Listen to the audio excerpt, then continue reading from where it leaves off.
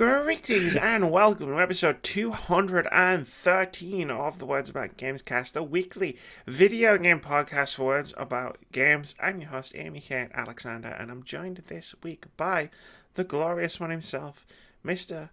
Davin Moody. How you doing? Hardly diddly. One day you're gonna swing too far on your chair, and I'm just gonna watch you Just karate hit chop the the camera. camera. Yeah.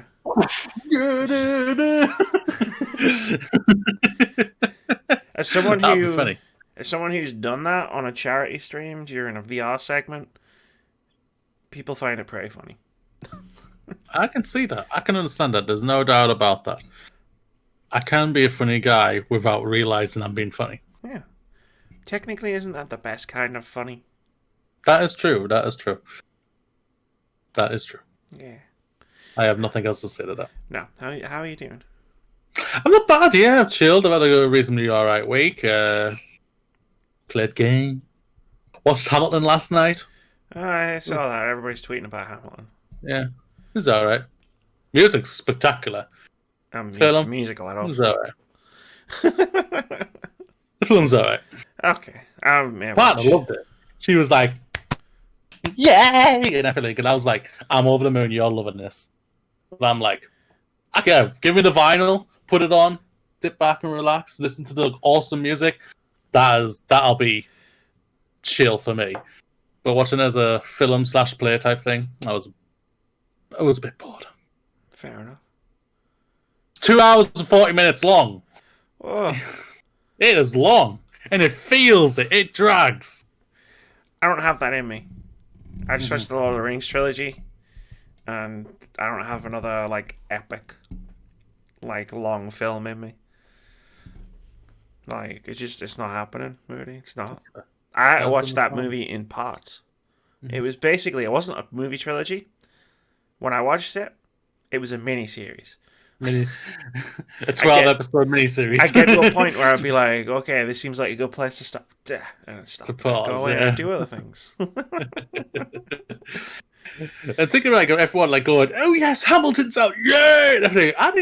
I was like, screw Hamilton. I want to go back and let it go and watch Frozen 2 again. That's what I was like. Give me Frozen 2. I heard about that as well. Yeah, give me Frozen 2. I was like, hell yeah. Showing my into the unknown and show yourselves the songs of awesomeness. Right. Yeah, can't beat that. Before Moody starts singing, I better let everybody know that this isn't a movie podcast or a musical podcast, although a musicals podcast sounds fucking dope. We should write that down on your notepad. This is a video game podcast where every week we discuss what's been going on in gaming, the games industry, and gaming culture over the past 7 days before we take a little bit of a look into the future. In this week's episode, we discuss how much next-gen games may cost, Xbox Lockhart, the worst-kept secret in video games, Ubisoft's plan for a shake-up following unending allegations of company abuse, the effect J.K. Rowling is having on the unannounced Harry Potter game, and more. Then we'll go over all the new game announcements, release dates and delays that happened over the past week, give you a content drop where we recommend some articles you should read and some videos you should watch. We'll tell you what games are coming out over the next 7 days, and then we'll play OpenCritic head-to-head, where we guess the OpenCritic average of one upcoming game. And I've picked a good one this week, Moody. I've picked a great one this week. No idea what this game is. I even checked to see what the hell this game is. I'll tell you the story of the first one at the end, and you'll be like, it's just like, you know how you always say in a contest where two people are competing, it's 50-50, even though it's never 50-50. This is truly one of the only times where OpenCritic head-to-head will be 50-50, no matter what numbers we say. And I'll tell you why later. As always, we'll wrap up with a post-show discussion, chat about whatever's on our mind. Might be a musicals podcast, because that's what Moody's currently got written down on his notepad. I've got another thing written down as well, but I'll leave that for later. There are timestamps in the description below the video on YouTube, so you can watch pieces of this podcast. You can watch this podcast in any order. You can stop and come back, and there'll be chapters. I love the new chapters feature on YouTube.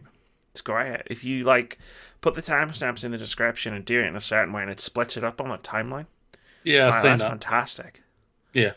And I really, really dig that. Not just for our podcast, like other things that I'm watching as well. Where Mm-hmm. it's like I can see how long I've got left on something. Mm-hmm. It's fantastic. It is very good. There's no doubt about that. Like it gives you, instead of just going down to go and scroll, like you just literally just see it on the video and just go, oh, there's a line. Well, there it is. That's the topic I want. No. Click, click, boom, done. Watch the topic you want to watch. Click, click, boom, boom. Click, click, boom, boom, done. Bang, bang. That's basically Bang, bang. just I just described the YouTubing experience. Click, click, boom, boom, done. And apparently there's a finger gun. Should we dive right into it? Because I put a lot of news in this document. You have. Let's do this, Amy. When you were like, I remember at the beginning of the week in the group chat where it was like Microsoft did a thing, and you were like, at least Microsoft have given us something to talk about. You summoned this, Moody. You jinxed it. You summoned all this news. Yeah, everyone heard me, and it was like, You think you're going to talk about Lockhart for 40 minutes? Ain't no dragging topics out today, Moody. I think the first topic I think is even more funny, especially after our discussion video we had. Yeah, it kind of ties into the discussion video we had, which will be out this week. Because the Fantasy Game League update was out last week. Yeah, we may go over some well-worn ground. 2K first to make next-gen game editions $10 more expensive. This is from Tom Phillips over at Eurogamer, who writes, this week, 2K Games became the first publisher to announce a markup in pricing for the next-gen versions of a console game, taking the PlayStation 5 and Xbox Series X editions of NBA 2K21 up to $69.99. That's a $10 increase on the current-gen console versions of NBA 2K21 for PlayStation 4 and Xbox One, and no, the game won't support Smart Delivery, Microsoft's free cross-gen upgrade program. Here in the UK, Amazon and Game list the PS5 and Xbox Series X versions of NBA 2K21 at £64.99. I feel like I should have had like the Wile E. Coyote cartoon eyes where it just goes out of my head. A £10 markup on the PS4 and Xbox One versions at £54.99. Mamba Forever Edition, which works across both consoles within the same family, will also be offered, but at the even higher cost of $99 or £85. On the decision, 2K told Ars Technica it was a fair representation of the game's value, as it had been built from the ground up for next-generation consoles. Quote, we believe our suggested retail price for NBA 2K21 on next-generation platforms fairly represents the value of what's being offered. Power, speed, and technology that is only possible on new hardware, a 2K spokesperson said. While we are confident that NBA 2K21 will be a monumental leap forward for the franchise and a standout visual showcase on next-generation consoles, we recognise that it's our responsibility. I feel like you should put my hand over my heart at this point. It is our responsibility to prove this value to our fans and NBA 2K players. End quote. Should we have the American anthem in the background?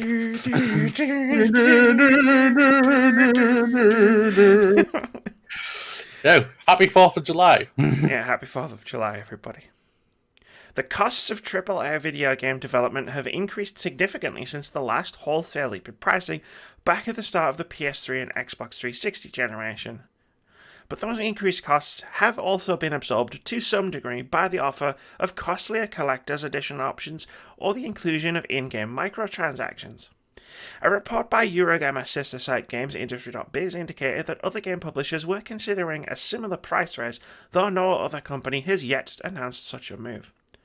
A $10 or £10 increase is lower percentage-wise than the equivalent increases in prices for cinema ticket prices. Yep, that's literally what the sentence says. Let me read that sentence again. A $10 or £10 increase is a lower percentage-wise than the equivalent increases in prices for cinema ticket prices or Netflix subscription costs since the PS3 and Xbox 360 era. Moody, I was mad. You might have seen on Twitter. I was mad about this. But would you like to go first? with talking about next generation console game prices. They're going up again. Yay. It's not surprising. That's not a surprise. This was always going to happen. It was just who was going to be the first company to bite, and who was the first company who was going to do it. I think everyone could have literally put bets on either Activision, EA, or 2K doing this. And 2K are the ones who have decided to do it. That's them. That's their prerogative. That's what they want to do. I think this has opened the floodgates to every other company who's going to do this and everything. It's what's going to happen. I don't we've discussed on the video that'll drop next week and everything. We both agree that video games right now are cheap compared to what the costs are for the games to be made and everything. So an extra 10, and we both even agreed on one part like for the game what we talked about, Gone Home. Many people have said on multiple times that's only like an hour and a half long. You even said yourself you can finish that game with under a minute. And many people have come out and said they would happily pay a full price of $60 or £100 for that game because of how good that game was. Well, I don't know if I'd be able to afford £100. Anyway, but you know what I mean. But this is one of the things. Like I said, I thought this was going to happen, that the game prices were probably going to go up, probably by $10. A lot of people were thinking it might go up 20, but it's going to go up $10 to £10 for us and everything like that. It's not a surprise for me. Is it irritating? Yes, there's no doubt about that. But I think what this is probably going to do now more than ever, it's going to basically it's going to help people decide on who they want to support and what games they want to buy and everything. Because, like I say, 65 to 70 quid, that's a lot of money. That is a lot of money. There's no doubt about it, especially as in the terms of what's happening right now in the world. I think you're going to be deciding on what game you want to play, and you're going to be playing that a lot longer and a lot more now than compared to what you did before. You've hit on several interesting points. Wow, I do that. Sentences. I don't even know if you realize you hit on all of them. The first one is, I need you to take that part of the sentence where you said, well, if with these prices going up to what they are going up to, like people will have to pick and choose what games they support, and the tacit implication of that is people will buy less games. What I feel like you need to do, really, after we finish recording this podcast, is turn your webcam on, record you saying that as loudly as possible for the people in the back, and the people in the back being the game publishers, who are going to have less people choosing their game because they have to choose the other game because they can't afford to buy both games. I could do that, and you could put it on your channel. I don't mind doing that. Okay. Rising costs of video game development. I mean, that's where apparently microtransactions and loot boxes and live services and game battle passes and season passes and collector's editions all came from. And I guess the well has been tapped dry on those. So now we get the price increases and all of the other stuff that we love. Just wanted to put in for one more thing. Sorry. With one of the stories that we're going to be talking about shortly, prices over here in the UK could go even higher. Yeah. Now, just to warn, ladies and gentlemen. Now, we will get to that later on, but that could change. Yeah, that's the other thing. That's the what is it that sticks in a bear's claw? It's the saying. It's like stuck in a bear's paw. The thing is stuck in a bear's paw. Is it a needle? I don't think it's a needle. But it's the thing. I'm not gonna lie, it's gone right out of my head. It's the thing. It's been stuck in my paw for years. Where it's like, prices haven't increased since the PS3 and the Xbox 360. Yeah, maybe not in America, where you guys live. But like, if prices of brand new AAA games go up to $64.99, they will have doubled in the past 10 years. So you can take that argument and you can shove it up your ass. To be perfectly blunt. 360 prices and PS3 prices were like, what, 40 quid for us? Mm-hmm. So like when the PlayStation 4 and the Xbox One came out, they went up to 50 quid. I got rid of, for the last year of the Xbox 360 generation, I got rid of my Xbox 360 because I had a PC. The next gen was coming. There was nothing on 360 that was going to be exclusive. But there was lots of cool AAA games coming out, and I bought them on Steam. I cancelled my Boomerang subscription because back in the old days, PC games were cheaper because they were digital only, and the saving got passed on to us. That doesn't happen anymore. Yeah. I used to be able to buy in 2012 when I started this whole I'm a PC gamer. It didn't last long. I'm a PC gamer initiative. Like, I was buying brand new release AAA games for £29.99. So don't you fucking come over here and tell me that game prices haven't risen for 15 years. You can take that shit and fuck off. No, the reason I was mad, I wasn't mad. I just went off on one, and I had a good discussion with someone about this on Twitter, where it was like, we read a story, and I think it was even last week, it might have been the week before. The podcast was starting to bleed together because every other episode feels like a very special episode where we have to have a very serious talk. And we talked about it, and then we talked about something, and someone was talking about the games industry being recession-proof because last time it didn't shrink during the last recession. Now, that sounds. I'm pretty sure that was the PlayStation head, Jim Ryan. Yeah, I think that it sounds was Jim like Ryan. something current day PlayStation would say, because it's foolish. Okay, the last recession happened in the middle of a console generation cycle, right? During which times consoles were a lot cheaper than they are projected to be this holiday. Also now on top of that. Publishers want to jack the prices of the games up. Like, it's arrogant to ignore the context of what's going on in the rest of the world because you think your industry is recession-proof. Like, and the bit where I got mad was when the 2K spokesperson released the statement saying we're considering the value being offered, and it's like, bitch, by the time NBA 2K21 comes out, so many people are going to be unemployed. It's going to be unfathomable. Because, I don't know if you've noticed this, but we're in the middle of a pandemic. A lot of people are on furlough. That's going to end soon. In America, people don't even have furlough. They just get sent a check for $1,200 every now and again. Like, I think it's happened once, and they're talking about maybe doing it again. Like, nobody's going to have any money. Like, not nobody, but you get what I mean. Like, less people are going to have disposable income, is what I'm getting at.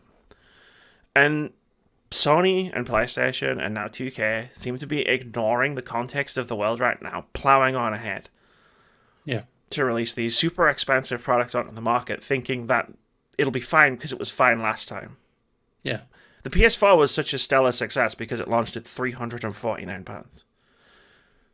Yeah. There's no ifs or buts about it. Also, there was no recession and no lockdown and no global pandemic, and the games were still the same price.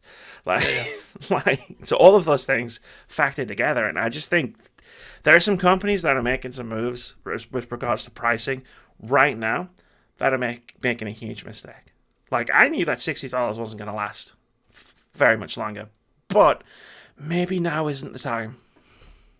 Yeah. What you said is you're completely right. Like, so doing it during a pandemic and doing all these things right now is disgusting. There's no doubt about that. Especially as, like you said, a lot of people are not going to have an income they can get easily. Just do that just to spend on themselves as disposable income. It's gonna be interesting to see what happens. Like I say, like. It's all going to depend on what happens. Like I say, like people will it show that receptions might be on, but yet our industry is fine and people are still going out and making NBA one of the most successful games of the year, just like FIFA and Madden and Call of Duty and everything like that. Because if this come out and the numbers are high still and everything like that. Deep down, people who are whining about the price that's going up and everything shows they didn't really give a flying F and still got the price. And people it are still going sadly to buy these games. No, don't get me wrong. These games are still going to be the top sellers. Yeah. And it's just that. But then, like, say, it goes back to the thing of like. Then it just shows us, yes, the industry does seem like it's recession-proof, quote-unquote, in a certain type of way. We don't like to hear that. There's no doubt about it because, like I say, people really shouldn't be throwing their stuff away in the disposable income right now, especially as in a recession and that. But sadly... Well, we're not. Yeah, that's the problem.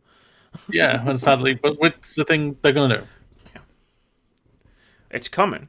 This It's recession coming. is coming. It's going to be worse than the last one by all like predictions and analysis. And like throwing around the term recession proof, like that got me a bit, but I held back on talking about it. Like because I didn't want to talk about it while the PlayStation 5 price is still on non-quantity, right? Yeah, Like but then this came up and it was just like, okay, I'm gonna say something now. that's fair. Yeah, Because like it's spot on. no industry is recession proof. Like if you Mm-hmm. do all the wrong things and fuck up and make all the wrong moves, you're gonna get fucked just along with everybody else. Yeah, they got lucky in the last recession. I think it's just fair to say, multiple people have said before that the cause of the recession that PlayStation 3 and the 360 generation lasted probably an extra 2 or 3 years Yeah, because of it. So it does show that it wasn't really fully recession proof because they had to extend the generation. yeah, They probably wanted to be in the new generation, say in 2011's time. yeah. They wanted to have it and This all is like my that, so point. they It couldn't was do that. mid generation, Yeah, and the way PlayStation's setting itself up, where they're being very bullish and blowing ahead, and talking about like, well, we believe in generations. That's why we're gonna sell you this super expensive box. And it'll be the only box you'll be able to play Spider-Man and Horizon and all the other games on.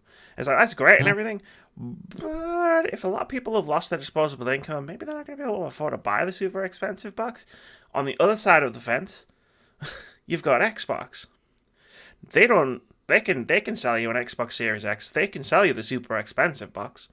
But as we're going to talk about in a few moments, they're also going to sell you a less expensive box, and also they'll have an even less expensive box where you'll still be able to play Halo and whatever else that is getting announced this month. Like right, the right now, barrier to Microsoft entry, because of yeah, sorry. it's the barrier to entry is low, and I feel like that's recession proof, quote unquote.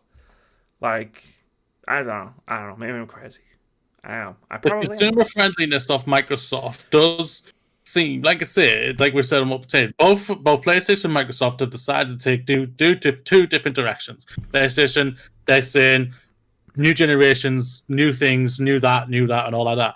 Microsoft, they're like, we're not going to forget ourselves. We're not going to forget our past. We're going to keep that. We're going to keep marching on. You've got Game Pass. You've got this and everything like that. You can play the new games on the old consoles, like the S and the X and all like that. Like I said, Yeah. Microsoft are very pro consumer right now, and things that are possibly that are going to happen and everything. Microsoft seems to be the good one to go for. Well, I do not deny that. it's not the good, and not necessarily that it's the good one to go for. It's just that if our disposable, because you've got to remember as well with all these games going up in price, it's like incomes haven't really risen all that much. Like, and obviously, like games is like the lower rung of like food and electricity and bills and on all the other stuff. I get that, Yeah. but this is a video game podcast, so bear with us. Like, it's like okay, like PlayStation are putting their money down on saying you have to buy this big console, and if you don't, we're not going to have your custom. So it's either let's say $500 or bust, right? It's $500 or nothing. Whereas with Xbox, it's you can buy this box and you can say you can buy this box and you'll get to play all the games in the best possible state. Like we'll use Mm-hmm. Halo because it's the one we know is coming out, and you can play Mm-hmm. Halo.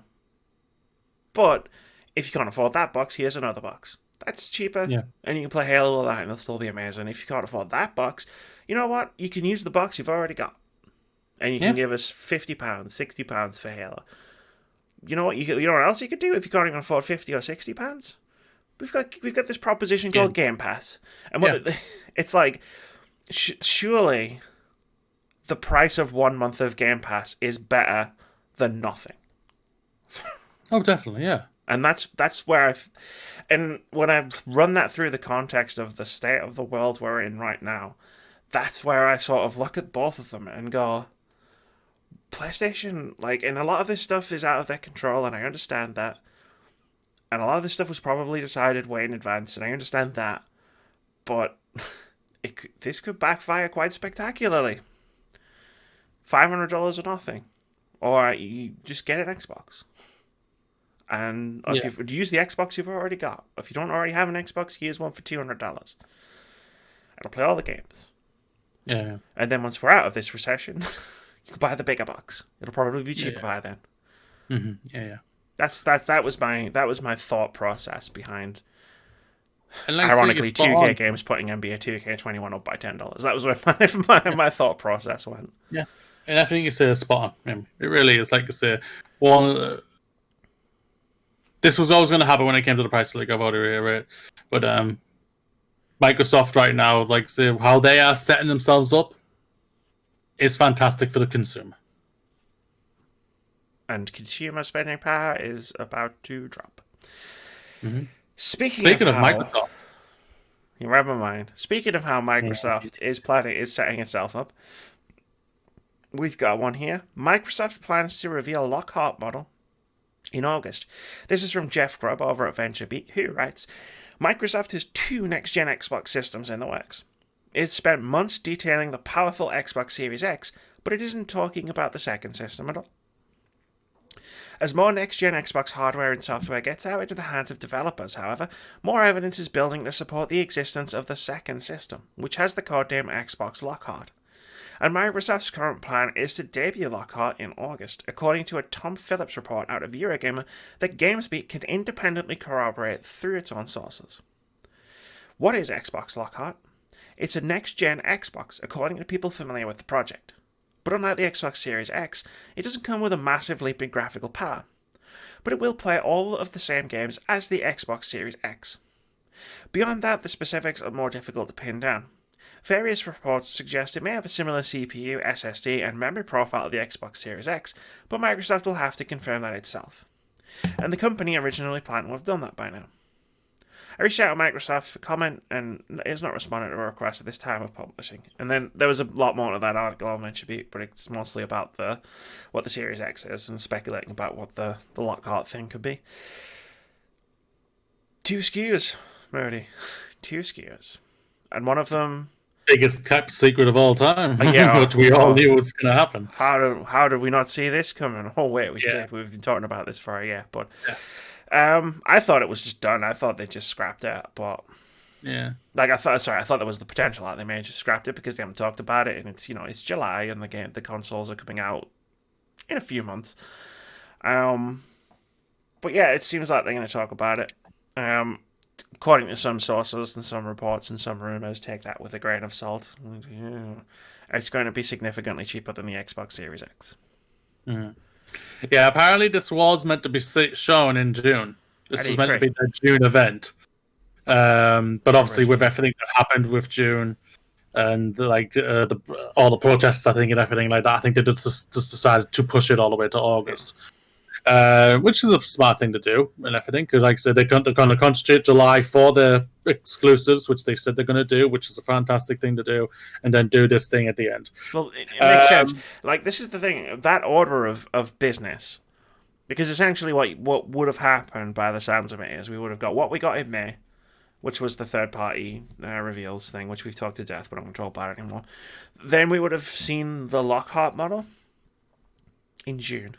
Mm-hmm. Which would have been like, hey, if you want to jump in, here's a cheaper price point. And then we would have got July, and we would have seen all the first party stuff. And apparently, it's not going to be 100% all first party stuff. Well, there's going to be some third parties there as well. Mm-hmm. If they delayed this because of COVID or because of protests, whatever reason, I think that's done them a massive favor. Because now what happens instead is, we get the event in July, which is like, here is everything we're working on. This is the stuff you'll only find on Xbox or on PC, if you have high-end PCs or gaming PCs. And then it comes to August, and they're like, here's Lockhart. Hey, if you can't afford to make the jump to this big, beefy Series X tower, here's the cheaper option. And all that stuff we showed you back in July, all that cool stuff that you're excited about, you can play it on this. Yeah. It's a much better way to do it. Mm-hmm. That's how PlayStation did it with their PS5 reveal. They were like, look at all this cool stuff, and here's the console. Here's the thing you play it on. Yeah. And that's what it's all about. I just want to say one thing, that because I was saying, and it does for the longest time, that what I heard that the rumors were that this was weaker than even the PlayStation 5. Apparently, it's going to be pretty much on par. Maybe not speed-wise, but it's still going to be pretty much on par with the PlayStation 5, which I hold my hand up. Didn't have all the facts. That's fine.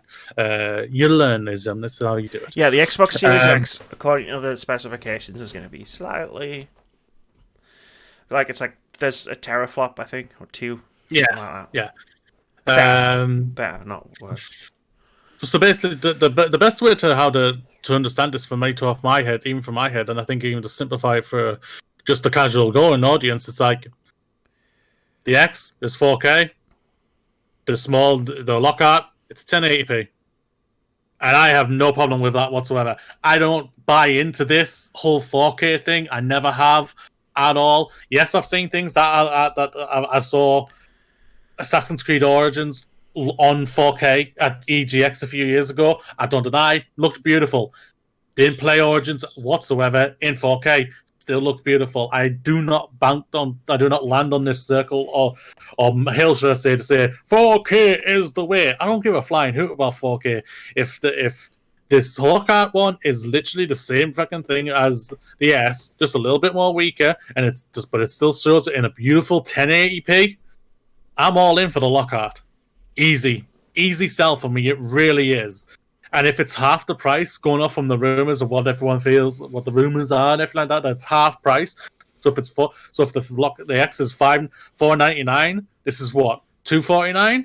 That's a sexy ass price to say. If it is true of the prices, you know what I mean. I'm just throwing out a number there, this and all like that. If those rumors are actual true, that it's half the price of the X, that is incredible. That is absolutely incredible to think that if that is actually true. And then obviously you don't forget you've got the X, what you have right now. You've got the Xbox One X, which is probably going to be I'll say £100 cheaper than the Lockhart, and they can play those games on. Yeah, that's the thing. They're setting themselves up so beautifully right now. I think what they'll probably do is they'll probably just phase the X out altogether. Like the one I've got, the One X. The S is done. The S is going to be done. I think the One X it'll just be phased out with Lockhart, because Lockhart will have to at least be on a par with the One X. Otherwise, what's the point in releasing it when you've already got Lockhart will have to be more powerful, than the One X, because otherwise, what's the point in releasing it? You know what I mean? Yeah. So it's like they'll just phase the One X out, and then you've got the 2 SKUs, one at a ridiculously low price potentially, than the main one, and it's like. Damn, that's sexy. And then once xCloud gets going, once xCloud really gets going, they could introduce a 3rd SKU, which is a dongle, and it goes in your TV, and it's powered by xCloud and Game Pass, and it costs 25 quid. And whatever internet you have, and it costs 25 quid. That's coming as well, ladies and gentlemen. That's a guarantee. And then again, and I don't mean to bag on it, because the PS5 reveal event really sold me on PS5 as a console being like something I need to have in my life. But then you got to look and go, oh, and then there's this £400 PS5.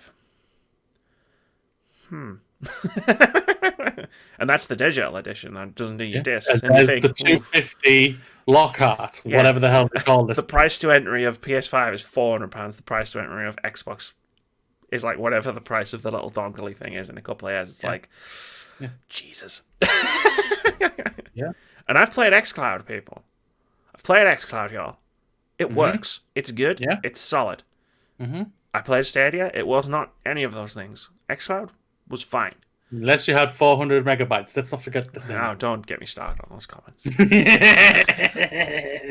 I'm always going to bring that up, though. So, I think it's fascinating. Like, we've spent so long speculating on the same couple of things, and it honestly feels like price has always been my worry with the next generation consoles, and it's like, it's nice that this Lockhart thing, and even just the rumor of it, it's like there's cracks of light coming through the clouds. Like, I can see the cracks of light. Yeah. Like, the only reason I was able to get a PS4 on launch day was because it was £349, Moody. Yeah. It was affordable. £499 ain't affordable. No. That's too much money for someone like me. Yeah. Well, that's the thing. Like, both me and my partner right now, I'm studying, so there's no income coming from me right now. All my income is from my partner right now. And we've like been discussing. Like, we both said we want to get at least one of them.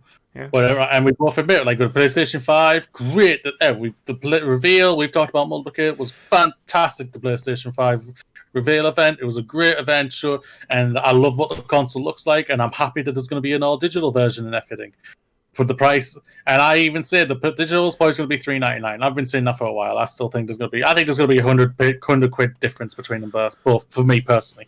Other people say different. Well, that's neither here nor there. But this one, with if the rumors, like say, if they are true and everything, again, with a huge bag of pinch of salt and everything like that. But if the Lockhart is half the price of the X, and if the X is say $4.99, that's $2.50. $2.50. That's cheaper than what the Switch came out as. Yeah. The Switch came out as $2.99. Well, it gets even better because that's not even the rumor. That wasn't the rumor as it was reported. No, like, I know you and I think that. You're throwing out the $4.99 number. Yeah. I know the rumor is completely different. The rumor was that Microsoft were prepared to sell the Series X from $400. Yeah. Meaning that Lockhart, which they're calling the Series S, which makes sense, could be $200. Yeah. And if it's that, I don't even give a shit about, like, normally I'm all about regional pricing differences. Like, you give me that £50 off that price. Yeah. I'll buy it at £200. Yeah.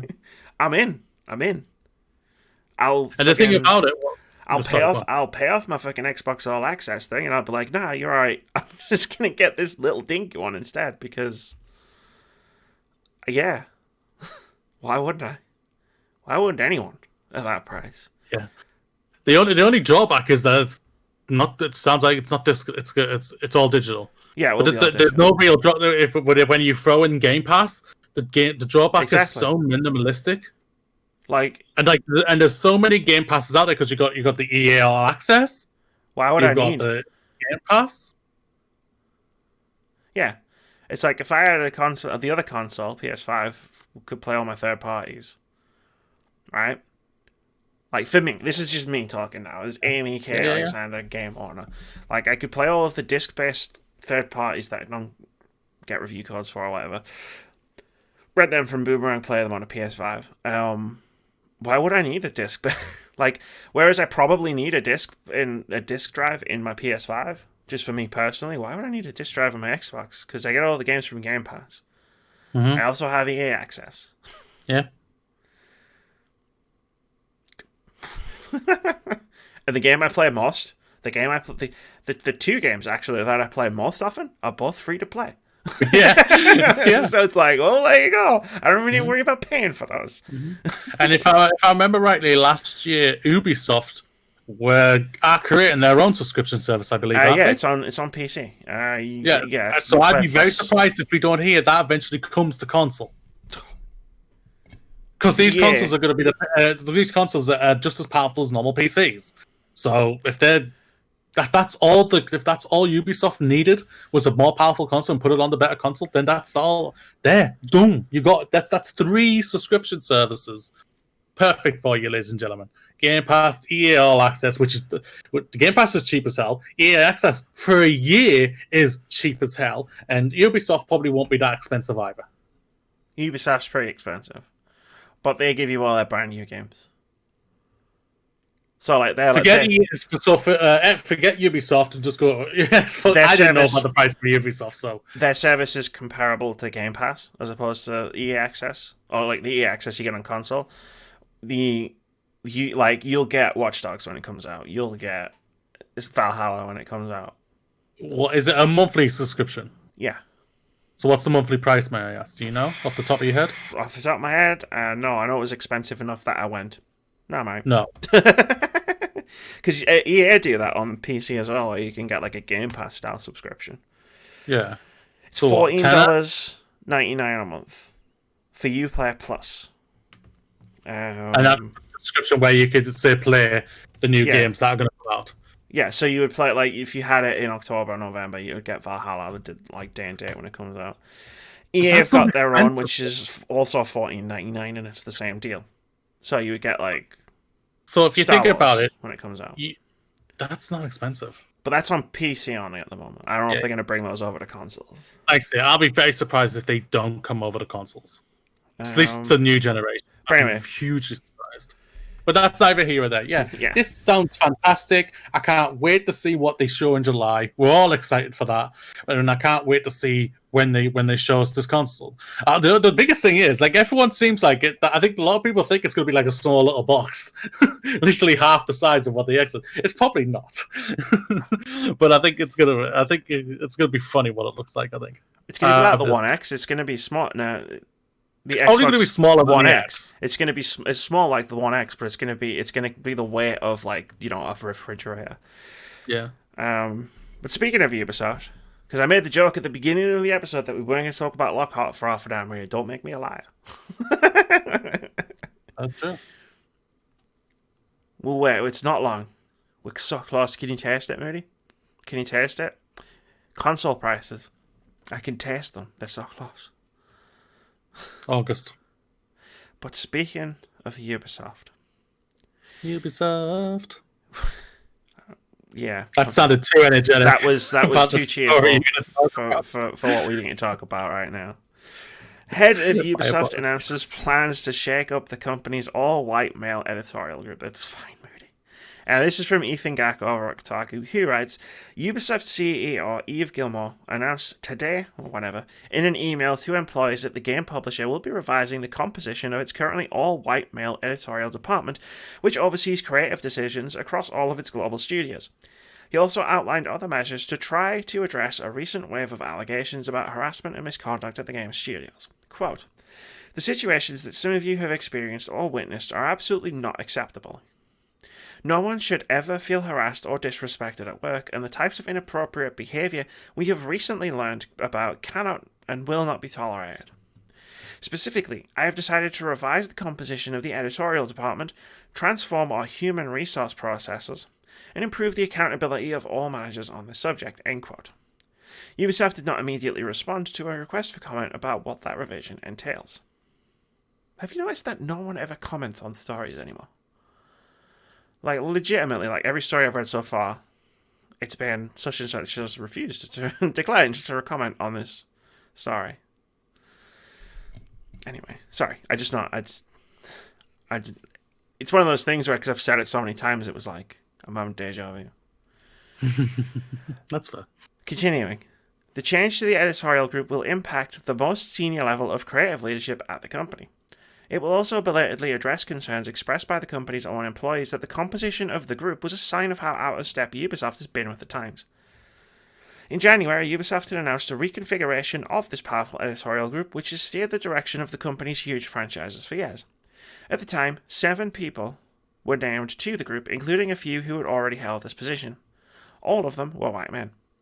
On the company's internal message board where Ubisoft workers post with their real names, employees fumed at the group's long-standing lack of diversity. In an internal message to the company 4 days later, Serge Hascoe, Ubisoft's chief creative officer and the man responsible for picking the team, tried to apologise. Quote, we've heard this feedback and agree that we can and must do better when it comes to diversifying the editorial team and our development teams at Ubisoft in general. The entire editorial team, including me, is acutely aware of this need and is making it a priority, end quote. To that end, Hascoe said the editorial team would be taking on mentors and encouraged a diverse pool of internal applicants. 2 of the editorial group's current members, Maxime Belland and Tommy Francois, are currently suspended pending the outcome of an outside investigation in allegations of misconduct, according to a report by Bloomberg.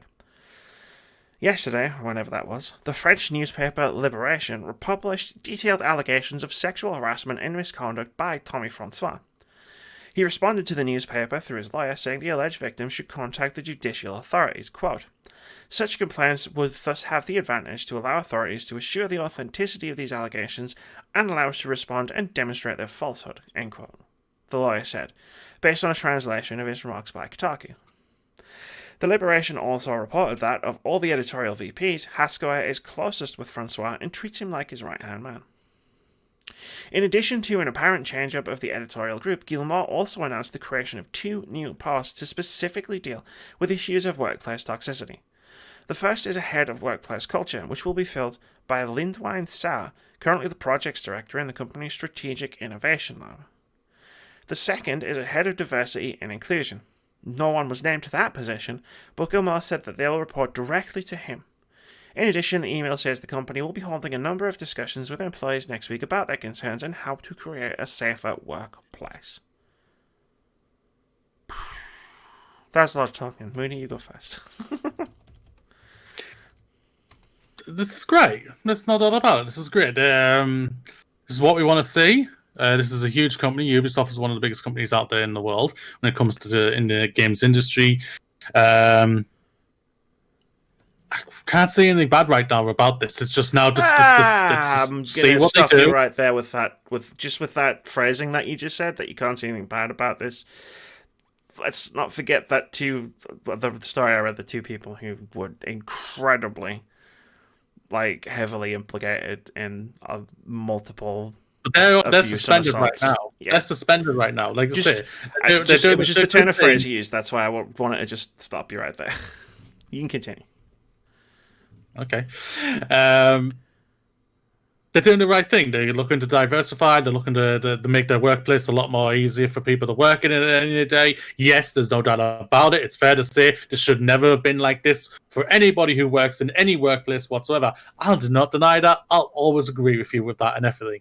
But these are things that they're going to get sorted. Now it's just see what it looks like in a year's time.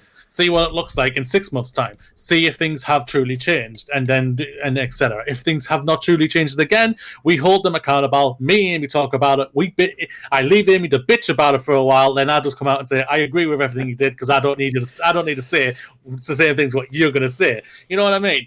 That's just how it is. Like things can't get changed overnight. And sadly, we do not have a Thanos glove to go like that. It's not that simple. And as long as these things do change, that is all that matters. Yeah. For me. I think this is fantastic. Good shake-up as long as it goes in the right direction. And that's all we can do is cross fingers and hold them accountable if they do not. We've been down this road before with other companies. Sometimes they do change, and sometimes they say they're going to change, and then a little while later, they say they're going to change again, and then a little while later, they say we're going to change again, and then we lose patience with them, and we start using our stern voices. What happened at Ubisoft, or what has happened at Ubisoft, is detailed in all of the stories of the people who are coming out and talking about it. We addressed it on last week's podcast without obviously going into detail, with links everywhere to everything. It's horrible. It's horrific. It's unexcusable. It's shameful, honestly. I was watching the Jim Sterling video about it, and he just kind of opens it. And one of the first things he says is Ubisoft hurt my friends, and that's certainly one way to look at it. Where it's these are people who have been hurt by you as a company and the way that your company is set up. And the lack of accountability, and the fact that people who are CEOs like Yves Guillemot can just not know that this is going on in the company that you run. It does need to change. And it's honestly, I'm glad it's changing at Ubisoft, but I imagine stories like this exist in all of the big companies, and all of the big companies need to change, and they need to figure it out really quickly. Yep. If you're a company who's looking at this and going, well, we haven't been named in anything, so we're fine. You are not fine. You are not fine. I guarantee it. I guarantee you are not fine. People just haven't come forward to talk about why you're not fine. And we'll see. It's the only thing you can say to something like this. I hope that the people who caused the harm get what they deserve. Yeah, they're out. Get them out and everything. Same goes for the people who are suspended right now. So everything. It's unacceptable to treat another human being in the fashion that some of these people have treated people. I said people a lot because I got a bit lost towards the end of that sentence. But the sentiment is there. Like, get rid of them. Like, because you don't need people like that causing the problems that they've caused. And that's not a business thing, although it could be read as a business thing, of being like, that's just good business, but that's also just being fucking human. Like, have some empathy for the people who were hurt. And we'll see. We'll see where we're at. 6 months, 12 months, 18 months down the line, we'll see where we're at with Ubisoft. That's what's going to tell you. We know Jason Schreider is keeping an eye on this bugger, ladies and gentlemen, and he will be preparing a new article post to drop in 6 months or to a year or sometime next year. Someone will. Whenever we get to 2021. Feels like we've been in 2020 for 9 years. For 9 years now. We use Jason Schreier as a shorthand. There are a lot of people out there who do this sort of stuff. Like the Riot Games thing. I can't remember the name of the person who actually wrote it, but it was not Jason Schreier. That was the first one that came to my mind. But yeah, we'll see. It's gonna make Ubisoft Forward really awkward this week, but we'll figure it out. I don't really want to watch you. I don't really want to watch you, but this is the problem now. Like, for me personally, and I know my problem is, like, at the bottom of the pile. Like, not even worth fucking considering. But at the same time, it's like, I don't want to watch Ubisoft celebrating all of their games and being like, look at all our awesome stuff. And it's like, yeah, 2 weeks ago, I was reading all this shit. Yeah. And it's like, there's no answer to that. Like, there's no answer for what to do in that situation. Or in this situation. For me, it's what you morally feel at the end of the day. If you feel like you can't watch it, then don't watch it. I'm going to watch it, and I'm going to play the games, and I'm going to talk about the games, I'm going to review the games, and do this and that. Yeah. It's always going to be there at the back of my mind. It's like the crunch talk we had last year, the year before, which again, I'm not equating the two as being equal at all, but they're two very different things. But it was like when we talked about like The Last of Us Part 2, where it's like it was at the back of my mind that people suffered greatly to make this game. Like, in ways they shouldn't have to suffer to make a video game. And in this, it's like, I'll be watching Valhalla or Legion or whatever else is going to be shown at this Ubisoft Forward, but in the back of my mind, I'll also be like, people probably, like, worked on this game who were, like, sexually harassed, and it's just like... Or even bullied, yeah, and everything, the whole shebang, yeah, I know. There's no ethical consumption under capitalism. And it's a horrible thing to, like, have to try and reconcile. And that in no way is on par with anything else. That's just me venting about my own personal feelings from my incredibly privileged position of having not worked at any of these companies and having not been abused because I don't work at these companies. Yeah. But let's talk about someone who has abused me, Moody. Because I feel like we're just going to bounce right on to the next awesome story. The right way to go on to this next story. I'm not going to lie. Listen, I know what you're coming from. But I know what you're saying there, but that was a bit uncomfortable, I'm not going to lie. Yeah. I have not been abused directly by J.K. Rowling. Some Harry Potter game developers rattled by J.K. Rowling backlash. This is from Jason Schreier over at Bloomberg. We know that guy. Say his name and you will summon him.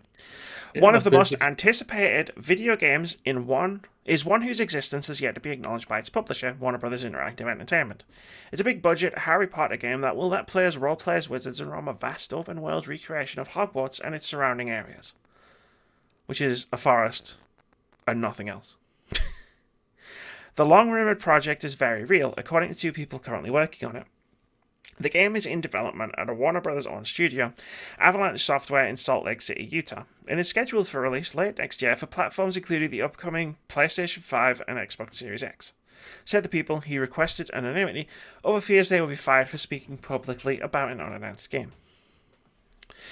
Harry Potter is among the highest profile projects within Warner Bros. Interactive, along with a Batman game that is in the works.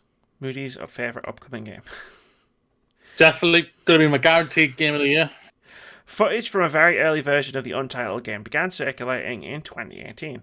The video was authentic, but most of the rumours that have come out since are not, said one of the people working on it. Despite a series of challenges, a global pandemic, a fierce backlash against the franchise creator, a possible sale of Warner Bros. Video game publishing business, the game remains on track for next year, the person said. Within the team, though, some anxiety surrounds the work. The studio's management has not addressed recent comments from the author of J.K. Rowling that were widely viewed as transphobic, the people said. The situation made some members of the team uncomfortable and sparked private discussions among staff over the pandemic water cooler, the workplace communication app Slack. Spokespeople for AT&T Inc.'s Warner Bros. Interactive and Rowling declined to comment. Rowling is a near inextricable part of the wizardry franchise she conjured more than 2 decades ago. She continues to play a role in most of the projects associated with the Harry Potter brand, and the game is no exception. However, one of the people working on the game stressed that Rowling has very little direct involvement. Rowling has caught a controversy on Twitter in the past, but last month, she made her most inflammatory comments yet.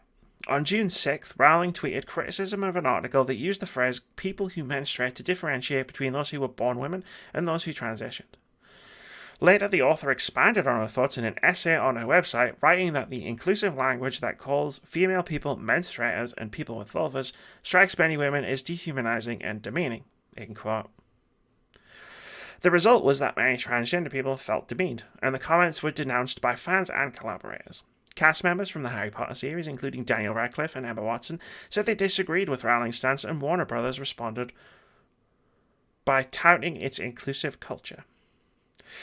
The Rowling controversy is likely to diminish some anticipation for the game, said Felicia Grady, managing editor of the popular Harry Potter fan site MuggleNet. Quote, "Based on what I've seen from fans, I do believe that Rowling's comments have had some effect on the level of excitement that they have for the Harry Potter RPG or other upcoming content.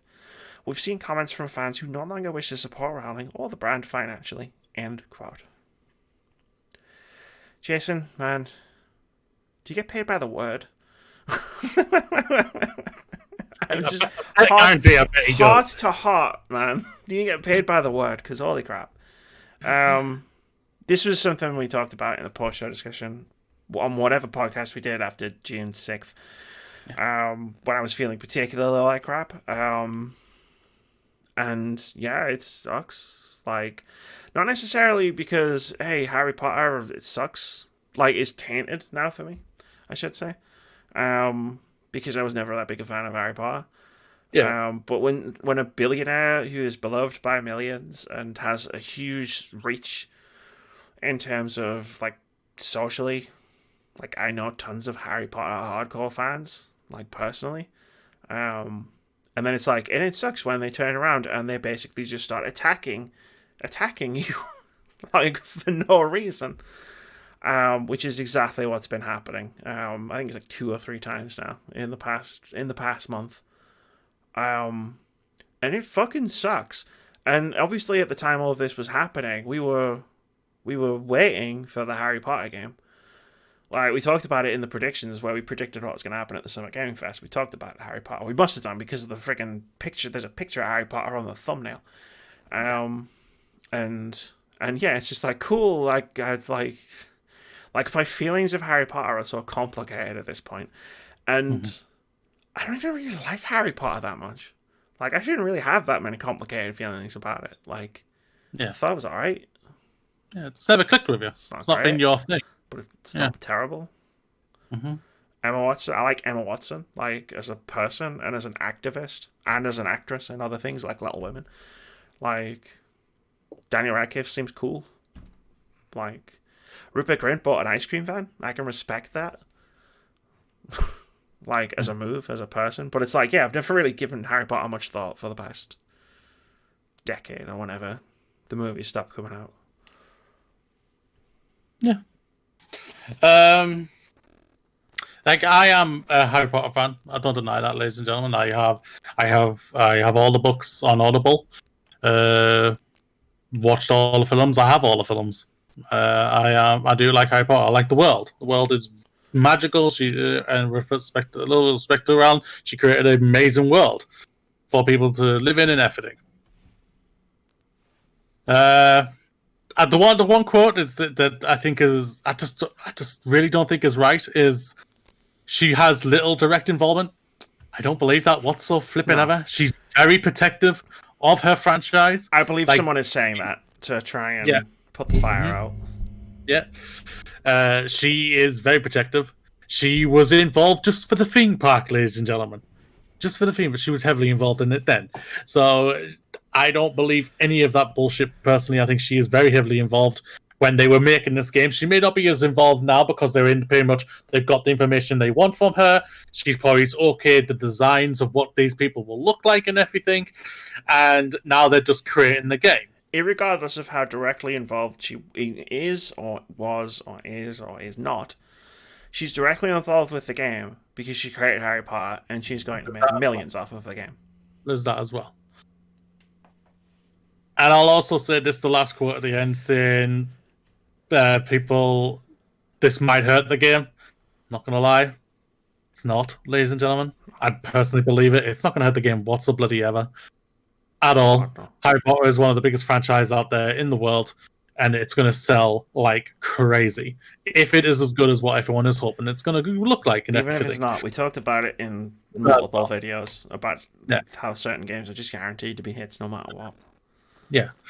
Like it is. It's going to be a huge game. Everybody's going to talk about it. Everybody's going to buy it. Everybody's going to play it. Everybody's going to talk about it again. And it's like, yeah, it is what it is. It's not going to be impacted by this in any meaningful way. Yeah. Not at all.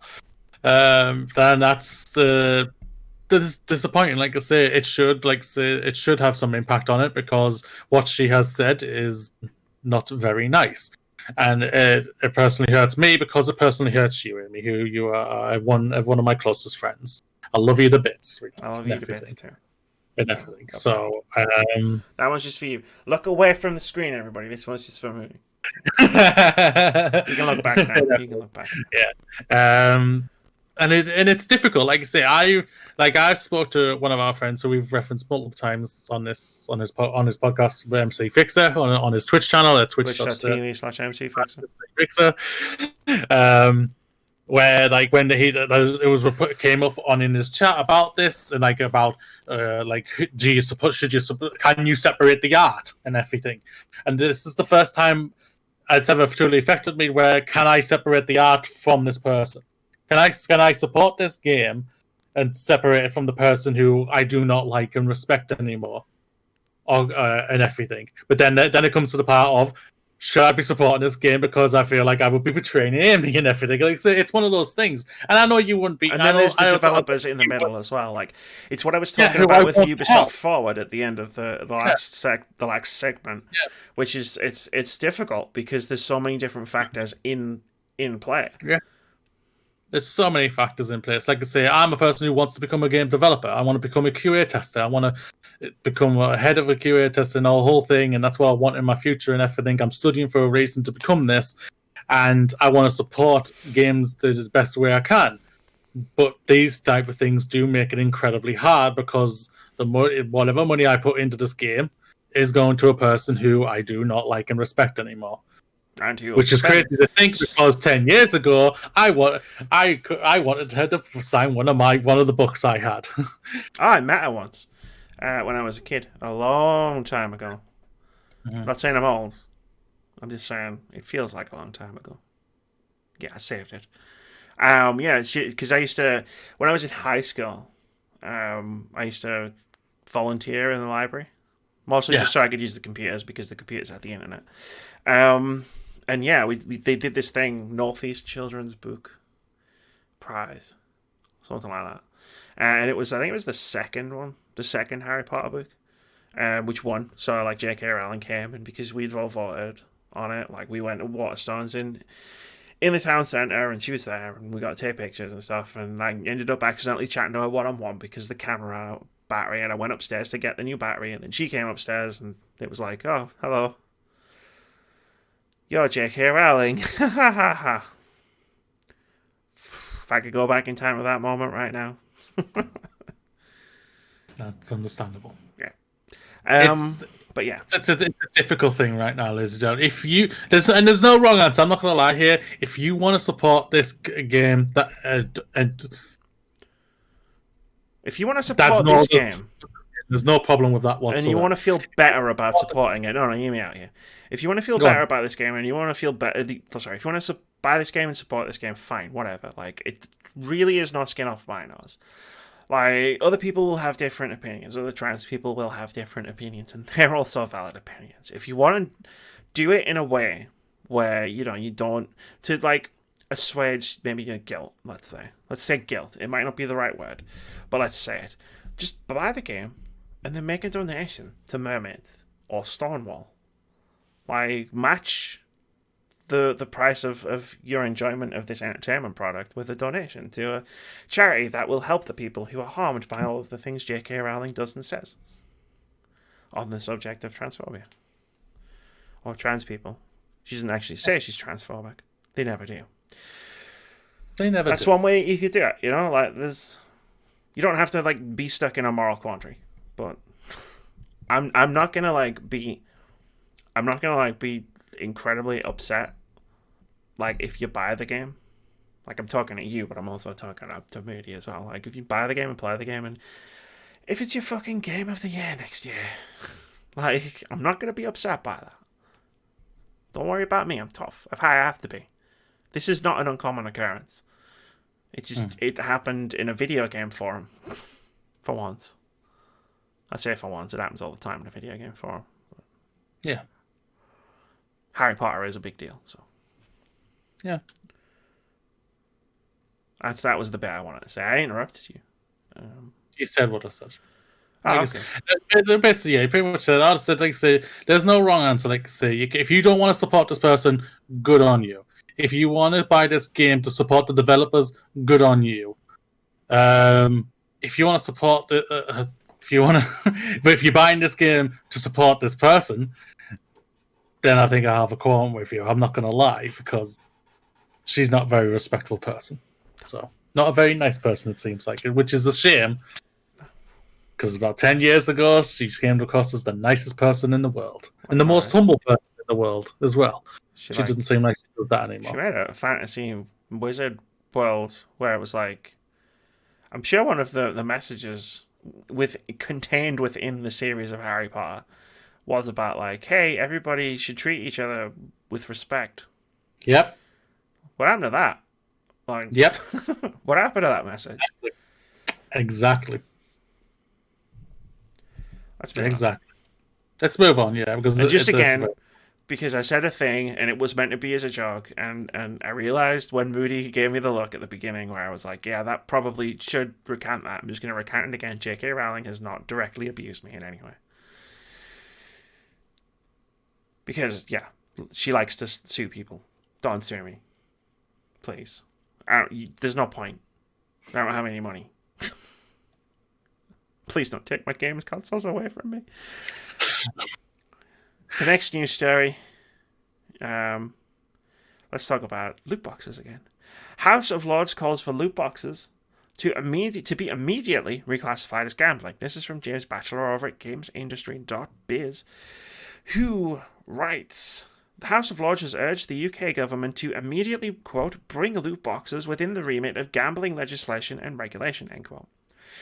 A new report by the House's Select Committee on the Social and Economic Impact of the Gambling Industry makes 66 recommendations as to how the government can better protect consumers from gambling-related harm.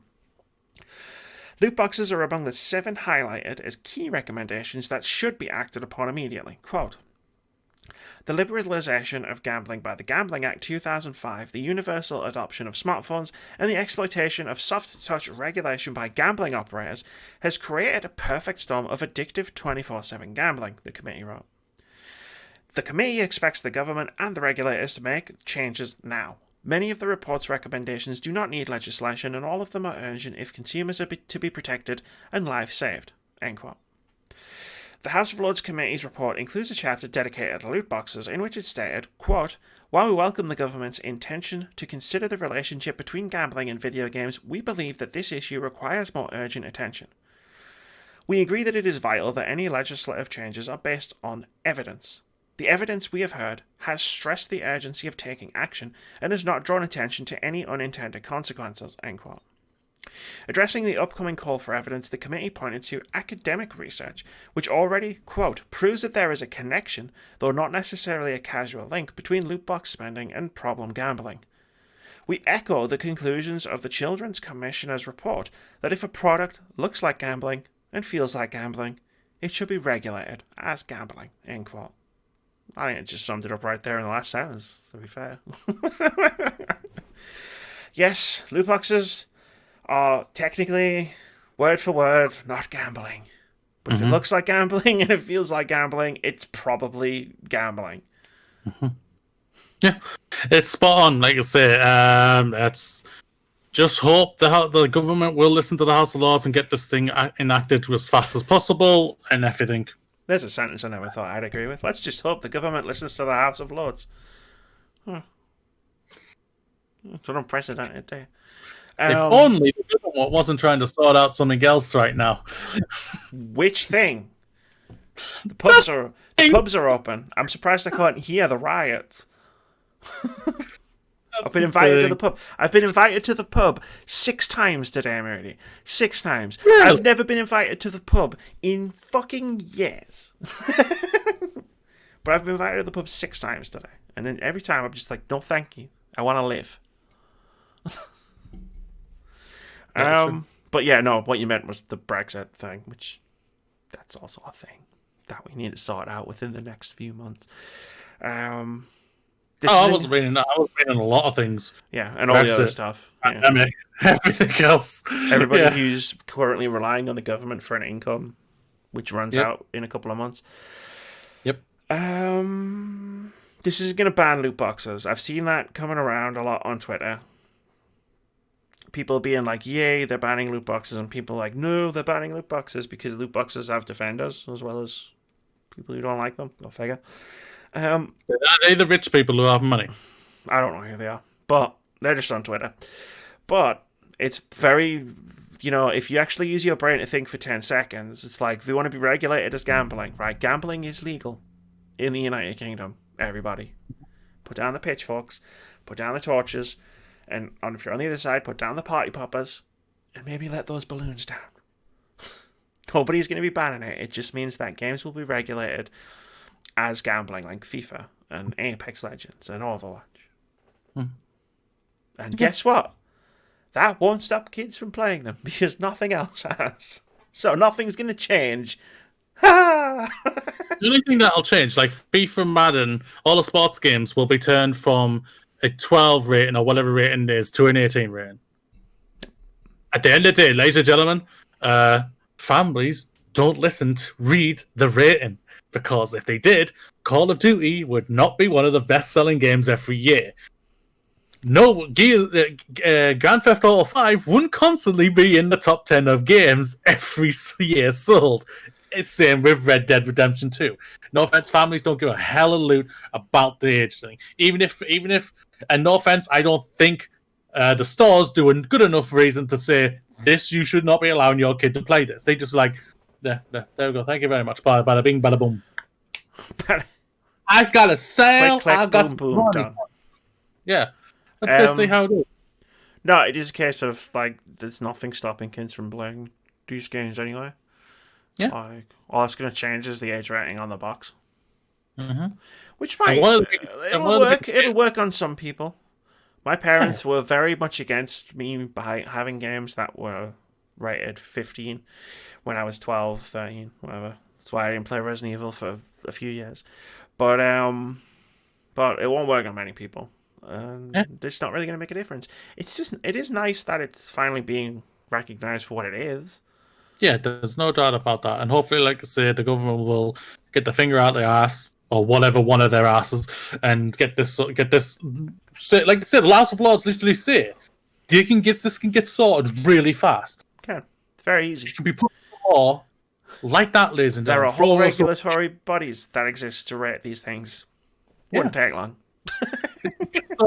And the next FIFA that comes out in probably September, October at the latest, will be 18. It's quite simple. It's quite easy, ladies and gentlemen. EA watching this, there's no doubt about that. They know they're going to be watching this. They've been watching this since they were called in last year. And they've got to protect their surprise mechanics. Yeah, and the Kinder Egg surprises. Let's not forget about the Kinder Eggs. They're just like Kinder Eggs. Yeah, of course they are. Yeah, like Kinder Eggs. Won't lie, I never tasted the chocolate when I bought a loot box before.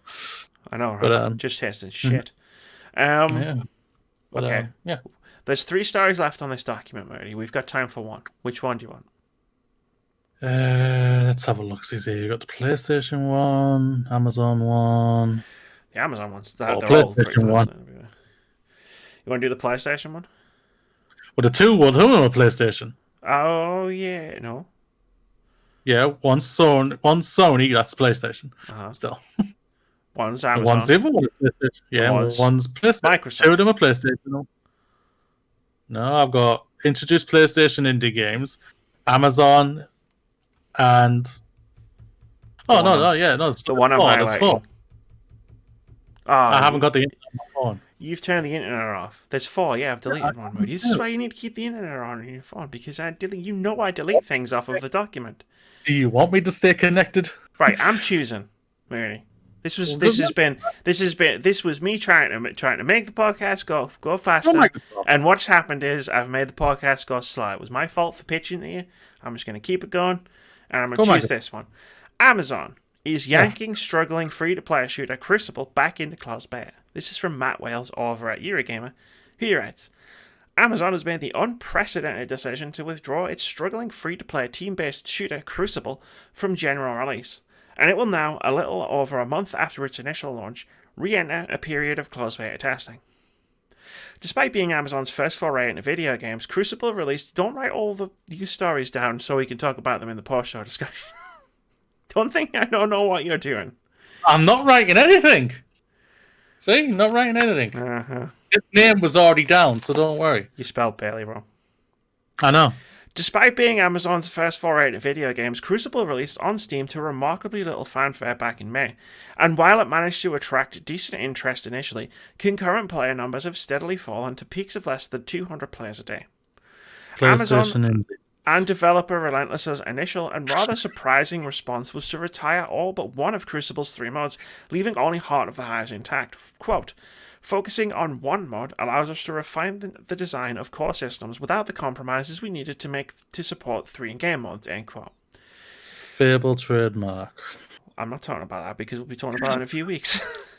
While jettisoning 2/3 of the game a little over 2 weeks after its release certainly raised a few eyebrows, Relentless's Colin Johansson insisted the studio had always planned to make significant changes to the core experience during Crucible's pre-season period, which did rather raise the question of why Amazon hadn't been more transparent and slapped an early access label on Crucible from the off. That, though, is something of a moot point, given that Amazon and Relentless have now taken the somewhat remarkable decision to withdraw Crucible from general release, pulling it back into closed beta. As of 5 PM in the UK, on July 1st, only existing users will be able to access Crucible. New players need to wait until sign-ups open on the official website further down the line, a move the developer says will help it focus on providing the best possible experience for our players. I'm going to be honest, I don't think I've ever heard of this happening before. I'll go one step further. I've never heard of this game. I have no idea what this game, to be fair. It came out at the end of May. It wasn't a podcast. It wasn't a Games Out This Week thing. Crucible. It was the Amazon first-person shooter. We've definitely had a discussion about it, I'm pretty sure, because I remember telling you about like how... Because it came out roughly around the same time as Valorant, the Riot Games first-person shooter. Mm. And if you remember me pointing out, like, there were ads for Valorant everywhere. There were no ads for Crucible anywhere. Including on Twitch, which Amazon owns. I just want to point that out. I didn't even see a Crucible advert on Twitch. That's how interested in how much excitement they have. Amazon royally fucked this. Mm-hmm. In every way possible. And this is insane. Like, to me personally, like, this is something else. This is next level. Like, I don't understand what the like, they're pulling it back into closed beta. It's like, that's never happened in a game before. A game is never released and then been unreleased to be re-released at a later date. Yeah. The only one what comes to mind is, but it's a completely different release, was the Final Fantasy Online game. But that was cancelled. That was closed, cancelled, and then redone. Yeah, and then it was being redone. Yeah. While the original was still being worked on as well. Yeah. At the same time, yeah. That was remade, reborn. Yeah. They called it. Yeah. APB Reloaded. This happened in APB Reloaded, but that was because the studio went bust, and then it was rebought and it was released in a beta period. Yeah. But even that was a few months. This has been out for a month. Yeah. Well, obviously, no one was playing it, and they just decided that let's put it back in, put it into beta, and they're probably having discussions behind the scenes. And do we just cancel this, get rid of it instantly, and then start something else, or whatever? I don't know if they can. It's their first ever game. Yeah, they can. Amazon are a big enough company to do this if they want to. But if they're also a big enough company to actually tell people their game exists. I guess the high level question I'm really trying to drill to get an answer to, which is kind of rhetorical because I know neither of us actually have the answer, is why? Why did any of this happen? Exactly. Like we already know. We do know. No idea. Like, what's Amazon doing? Not a clue. Did they hire anyone in their marketing department who knows anything about video games? No. Yeah, that makes sense. Someone like this. There's someone in a high level position at Amazon who needs to have a crash course in how video games work. Yeah, someone's royally fucked it up here. There's no doubt about that. You can't just release a game and expect people to play it for no reason. Yeah, you need to have marketing. You need to show people why they are wanting to play this game. Why you want? Oh, guys, why? This is why you want to play this game. It's because it goes pew pew pew or whatever. It goes or whatever. Or looks shiny in 4K. Whatever. Yeah. So yeah, they needed to give a reason. Like I said, I had no idea this game was out there. So that's how it is for me. And you're on a video game podcast. You pay I drop things into your chat, in the group chat all the time, and you didn't know this game was out. I keep forgetting it's out. In fairness, I remember it was a thing. Every time I remember it's a thing, I remember all the stuff. Hey, it came out. Hey, nobody played it. Mm-hmm. There's only so much I can fit in my head, Amy. Hey, they removed 2 game modes. How many did that leave? 1. 1 game mode. How long had it been out at the time? Like a week or 2. That's true. Yeah, let's move on to announcements. Move on to the announcements. New game announcements, new game release date announcements, new game reveals, new game delays. We've got it all. I forgot to write down Fable trademark. Oh, for fuck's sake, man. You can't just take the news stories we skip and put them at the... That's not how the post-show discussion works. If you start trying to note the post-show discussion, it stops being a post-show discussion and it's just part 2 of the podcast. Delete Fable trademark. Keep PlayStation Indies one, though. Okay. I'm going to talk about half of the PlayStation Indies now. So why did you have it in originally? Because it's a good... Shh, we're not doing this. I asked you to pick, you didn't pick, so I picked. Hyperspace. I did pick. You picked wrong. Hyperspace has been announced. It's a free-to-play Ubisoft Battle Royale, which is currently being played by Twitch streamers. You can't play it. Twitch streamers can play it. Yeah. Dreams has announced that PSVR support is coming via a free update on July 22nd. Horizon Zero Dawn is launching on PC on August 7th. Sin has been announced, which is an open-world cyberpunk first-person shooter. Ooblets is launching in early access on PC and Xbox One on July 15th. Settlers has been delayed till God knows when. Worms Rumble has been announced, which is a 32-player battle royale launching on PC, PS4, and PS5. There'll be a beta on July 15th. Where the Heart Is has been announced, which is a narrative adventure coming to PS4 this winter. Fist Forged in Shadow Torch has been announced. It's an action platformer coming to PS4 in the next few months. Creeks is launching in July on PC, Xbox One, PS4, and Switch. Maid of Scare is launching on July 28th on PC, Xbox One, and PS4. Coming to Xbox Game Pass in July, we've got Soul Calibur 6 on console, Out of the Park Baseball on PC, Fallout 76 on console and PC, and Crosscode on console. And leaving Game Pass in July, we've got Blazing Chrome from console and PC, Dead Rising 4 on console and PC, Metal Gear Solid 5 on console and PC, Time Spinner on PC, Unavowed on PC, and Undertale on PC. The PS Plus games have been announced for July, and they are Rise of the Tomb Raider and NBA 2K20. There's also been a Summer Game Fest Xbox demo event announced with 60 plus demos on Xbox One from July 21st to 27th. The Devolver Digital Direct is streaming on July 11th. EGX Digital has been announced, which is a collaboration between EGX and PAX. It'll be an online-only event on September 12th to 20th. And a Fallout TV series has been teased and is being made by Amazon. It's a lot. Jeff Keighley told me the calendar was empty. The calendar was not empty, Moody. Look at all this stuff. Look at it all. Look at it all. Ubisoft released a whole game. I know. So only people like, Andrew Ryan and Blessing Adeoye Jr. and Dr. Lupo and Shroud could play it, but, still technically came out. It's going to be consoles later the year, I believe. Yeah, they're doing... Someone else did this, and I don't remember who. It might have been Valorant. There'll be a tech test, and there'll be a beta, and then the game will be out, and it'll be free, and will we play it? Who knows? I'll have to play it, sponge out, but... I haven't even seen what the hell this game looks like yet, so I don't know. No, neither have I. I saw a 1 minute clip of it on Twitter when someone won a match, and I was like, I do not understand what's going on, but that's probably because this is the last minute of a match. It's all I've seen. Ooblets is finally coming out. You remember how I used to scream Ooblets at every E3? For years? Because we saw it, but we never knew when it was coming out. Ooblets. You've definitely muted yourself. Early access. I thought I pressed the button to turn myself back and gone because I yawned. I was like, he's just letting me get it out. Ooblets. Then I saw your mouth move, and I was like, oh, he's not.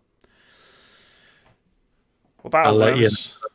What about a Worms Battle Royale? Looks fun. I used to like the Worms game years ago. It was always a fun ride. Always fun just to see all the explosions and the and all like that. You could kill people with a sheep. Yeah. Sheep bomb. I remember the sheep bomb. Yeah. A lot of fun. Yeah. It was good. They can make a Tetris Battle Royale. They can make a Worms Battle Royale. Definitely. Why not? The only other thing that really stands out to me, apart from EGX finally admitting there's not going to be a show, like Devolver Digital Direct, it's my favorite thing every E3. Devolver, I love it. I never watch them. Their shows. They're fucking amazing. They have a storyline, Moody. They like if you were to watch the Devolver Digital Direct on Saturday, like you wouldn't understand what was going on because there's a story, and it started with the first one. And it has a story arc. And you get more out of that story arc if you've seen movies like RoboCop and Terminator.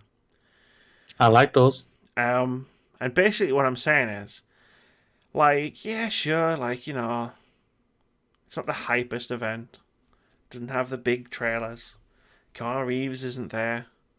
But it's purely and simply the most entertaining event of E3 every year. And I'm sure it'll be the most entertaining event of not E3. And also, PlayStation 5 was a high. It was good. It was very good even. It'll be nothing compared to Devolver. Yeah, it'll probably be better. Bollocks. Tell you what, go and watch the 3 previous Devolvers. It won't take you long. It'll probably only be like an hour long. And then you can say that. Until then, nah, mate. Still not gonna happen. In that case, you can shut up. That's never gonna happen. I haven't shut up since I was born. I came into this world screaming, and I'm gonna go out screaming. Devolver Digital, man, they know what they have such a good understanding of why the industry is bullshit, and that's what makes their presentation so special. What are your thoughts on? I was surprised when I saw this. Fallout TV series. I mean, I don't know. I really don't. I need to know more about it. Setting, writers. Is Todd Howard going to be heavily involved? Is he not? Who's developing it? Is it Obsidian? Is it Bethesda? How buggy is it going to be? Is the number 76 going to be involved in it at all? Is it going to be free? Is this going to be Fallout 5 to 75? Like, I don't know. Like, Is it going to this fill in just the going gap? to work? Is it just going to work, Amy? It just works. Just works. Will it just work? I doubt it. Nothing about Fallout has worked ever since Bethesda got a hold of it. And that's me saying that as someone who loved Fallout 3. And New Vegas. And 4 was alright, I guess. Well, a lot of money, so. Devolver Digital Direct. I might just put it in the podcast as a discussion next week, just so you have to watch it. But then I feel like you're such a heathen that you'll not watch it, talk shit about it, and then I'll just kick you off the podcast. Because I get this thing where it's like everyone keeps telling me how good I am at critiquing games, and I get all these nice tweets and messages sometimes from people who are like, "Hey, you really helped me like decide to buy this game," or "I bought this game off of the back of your review, and I'm really glad I did." But then when I get to my close friends like Keith and Moody, and like I know these people, like this isn't just a blind shot in the dark of like making a review video and people connecting with that review video. I'm literally tailoring my recommendations to them and to what they like, and I get ignored so much, and it makes me question whether I should even be doing this anymore. Where it's like, hey, this thing that I know you'll love because I know you quite well, and you're like, I'm not going to do that. And you know what, Moody? You can move your eyebrows all you want. A little piece of my heart just dies every time that happens. Amy, I'll say this right now. Because I love you, sweetheart. I love you very much. If you want to put the Devolver Digital as its main story next week, I will happily watch the Devolver Digital. Because I will say this later on. I am happy, happily, to be proven wrong. And to be I'll happily come on next week on your podcast, Amy.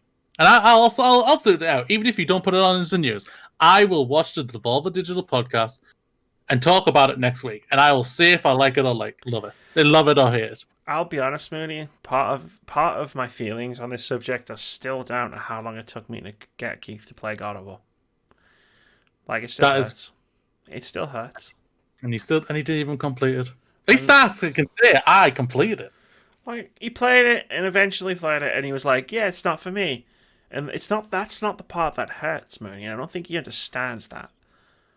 Like, I don't think he understands that that's not the part that hurt me so much. Mm-hmm. Like, mm-hmm. So I'm sorry that I got some of that, my feelings on that subject on all over you.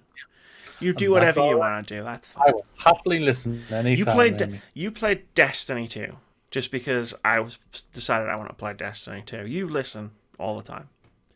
And I apologize if I gave you the feeling that I felt any differently in the last 5 minutes. There's a content drop this week.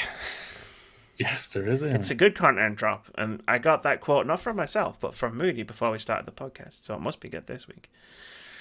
We've got 3 articles to the video.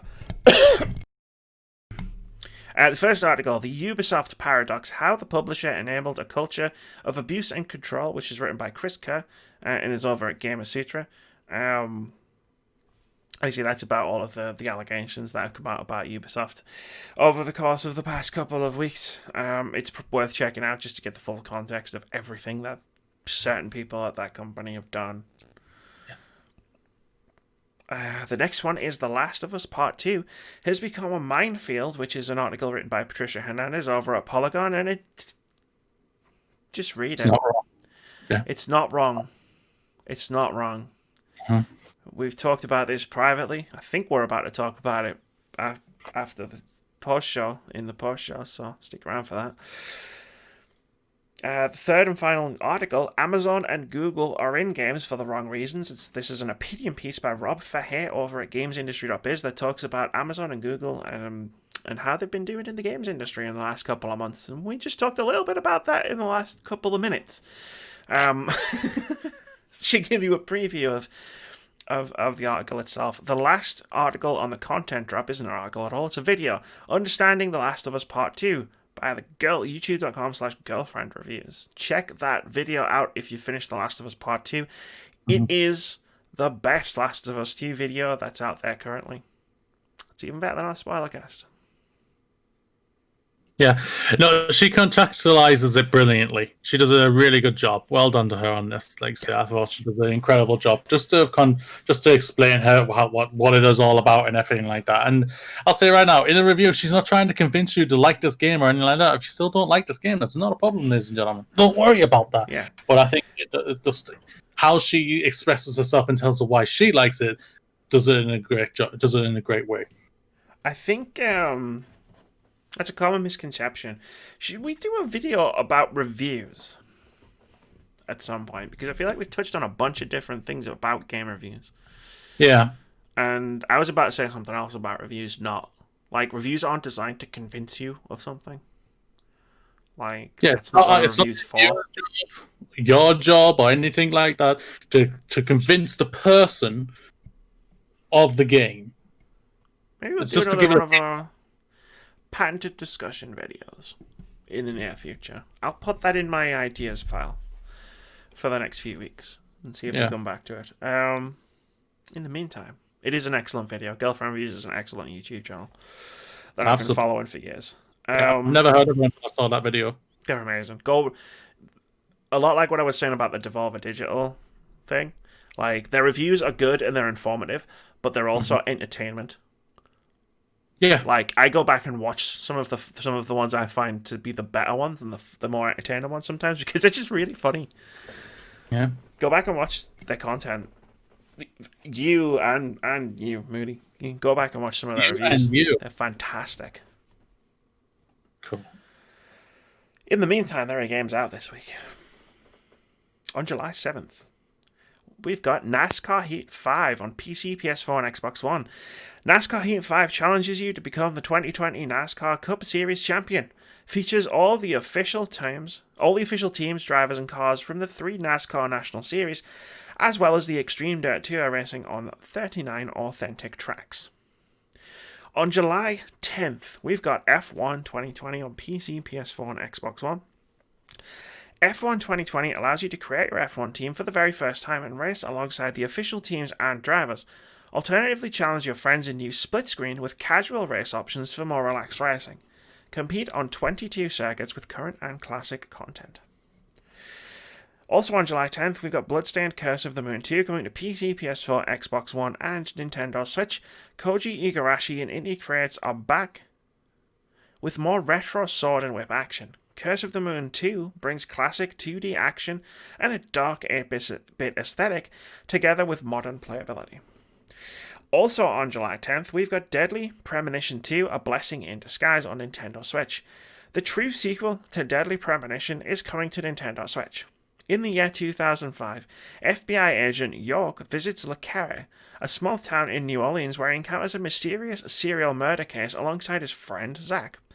Produced by the original creator team, the story takes place in a small town in New Orleans, which it was created based on research and interviews. Lastly, on July 10th, we've got Sword Art Online Alicization Lycoris. Sure, why not? On PC, PS4, and Xbox One.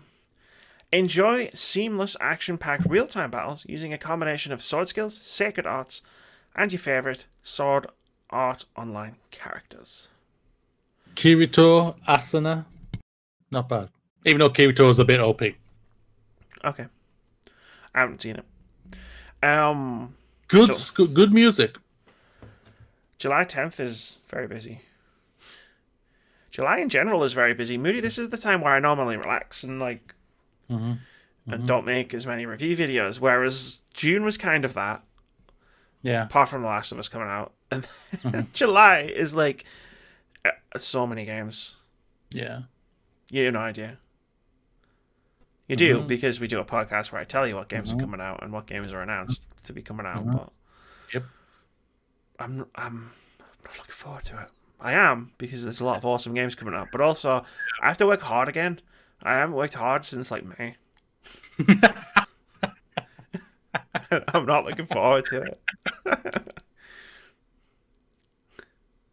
Oh, you said that. I haven't worked hard since May. I haven't worked hard since May. And now You've been that... just pushing it with video after video after video. Yeah, but, like, I've only been working a couple of days a week. Okay. And even then at a very slow pace. Like, when I did my Across the Grooves review video, right? I did that. I played a bit of the game, and then I stopped, and I watched some TV. And then I played a little bit more of the game, stopped and watched some TV. And then I did so on and so forth. And then I wrote the review video over the course of 2 days, which is not how, like, normally I just sit down and write it, and leave it for a couple hours, I rewrite it after reading it again, and then the next day I'll do that again. Whereas with this one, it was just like, took me 2 days to do the initial draft. Like, I've been very lackadaisical. Like, I haven't even started my Resident Evil 3 video yet. Like, because I keep getting the excuse of, should we do this video where we talk about something? Yeah, let's do that. All right, cool. I could put off the Resident Evil 3 video for another week. And I did we recorded 2 videos last week. That gives me 2 weeks.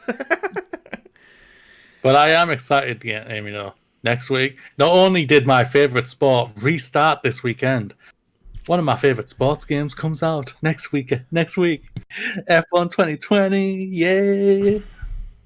Deadly Premonition 2 is where it's at for me. But I'm excited that you're excited about the thing.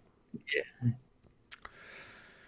Should we play OpenCritic head-to-head? Because you want to have a post-show discussion at some point. I'm assuming we're running out of time. Let's go. Let's play. So OpenCritic head-to-head. This is the game myself and Moody play every single week, more or less, where we try to guess the OpenCritic average of one upcoming video game release. Whoever gets closest gets a point. If you manage to guess the score completely correctly, you get 2 points. Last week, myself and Mr. Moody, we tried to guess the OpenCritic average of Marvel's Iron Man VR, which came out on PlayStation 4. I guessed it would get an OpenCritic average of 86. Moody guessed it would get an OpenCritic average of 75. And at the time of recording, Iron Man VR has a 76 on OpenCritic, which gives Moody 1 point and makes the scores Amy 11, Moody 9. The thing is, the 9, it was on 75. It was on 75 at one point. most of the week. Most of the week it was. I was expecting the 2 points. We also have 2 draws. But we've instituted a policy which should allow us to not draw anymore. That's fair. Where one of us just moves our score up or down by 1 if the split is even. That puts the current scores at Amy 11, Moody 9. I guess closest on Dreams, Warcraft 3, One Punch Man, Half-Life Alyx, Resident Evil 3, Gears Tactics, Legends of Runeterra, Deep Rock Galactic, Manny, Xenoblade Chronicles, and West of Dead. Moody, you guess closest on Zombie Army 4, Ori and the Will of the Wisps, Doom Eternal, Final Fantasy VII Remake, XCOM Chimera Squad, Command & Conquer Remastered, and Iron Man VR, and you also guessed the score bang on for Pokemon Mystery Dungeon. The 2 draws were The Last of Us Part 2 and SpongeBob SquarePants. This week, Moody, I promised some exposition in this OpenCritic head-to-head, and boy am I going to give it to you.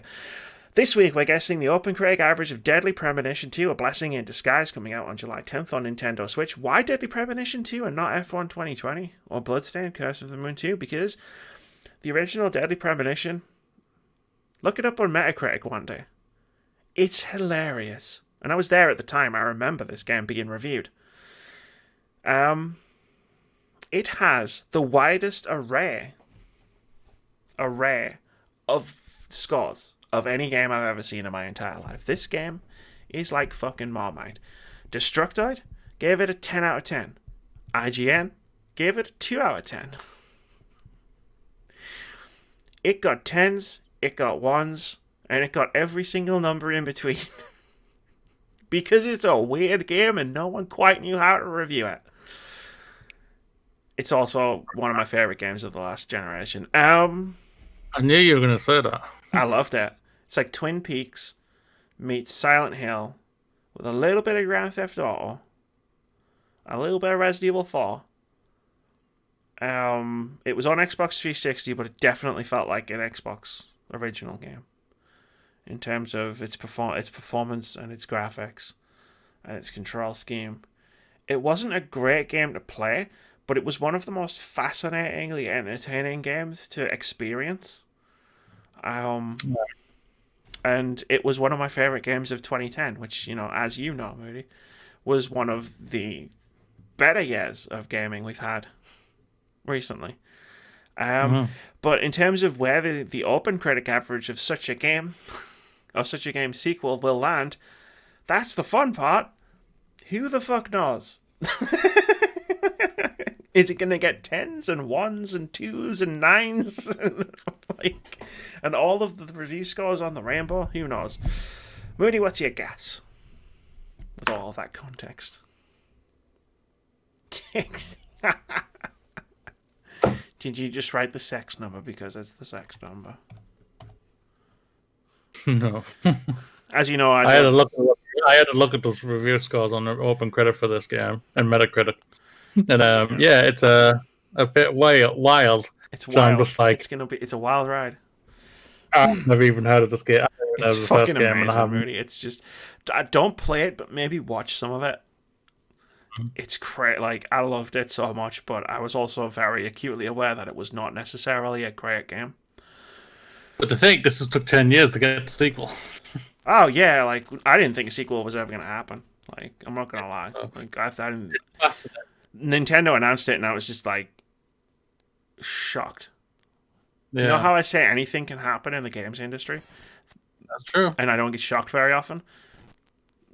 That did actually legitimately shock me. Anyway, I'm going for 70. I also thought of the sex number. Did you? Oh, that's good. But I don't have anything. I don't have anything to write on because, like, I know you normally write. My post-it notes aren't ran out. Yeah. Yeah. I'll get some for next week's show when I go shopping. Oh, I'm so looking forward to playing this game already. Are you streaming it? I might stream the first. I think you have to. The first part of it. I think you have to. Anyway, got post-show discussion. Yeah, only really one thing I really want to talk about, basically, and that is The Last of Us Part 2, but also basically the main thing of what happened to the lady you played, Abby, and that's Laura Bailey. She has been getting disgustingly attacked online, and one of the things that she tweeted out, I think last night or whatever, of death threats towards her and her family and her kids is deplorable, disgusting. That was a really awkward time to suddenly have to yawn. I apologize. Don't worry. It's all right. This is where it comes across to me where I said at the open. I don't know if I said it before we start recording or during the recording. Can't really remember now. Of that, I'm starting to see that the darkness of towards The Last of Us is backing down a little, is quieting down a lot more compared to where the overall universal love towards this lady and her overall in her performance has been widely praised by all these people and everything. Yes, these are people who just don't like to see these type of things and everything. There's no doubt about that. And this person doesn't, and not at any time in anyone's life do you deserve death threats just for a performance that this lady gave in a game that she had no saying of what happened in the game, ladies. And that's the thing I think a lot of people keep for the idiots and immatureness of these people who have done this. It's vile, it's disgusting, and I just want to send out love towards this lady. She's absolutely fantastic. She's amazing to every game that she's been in.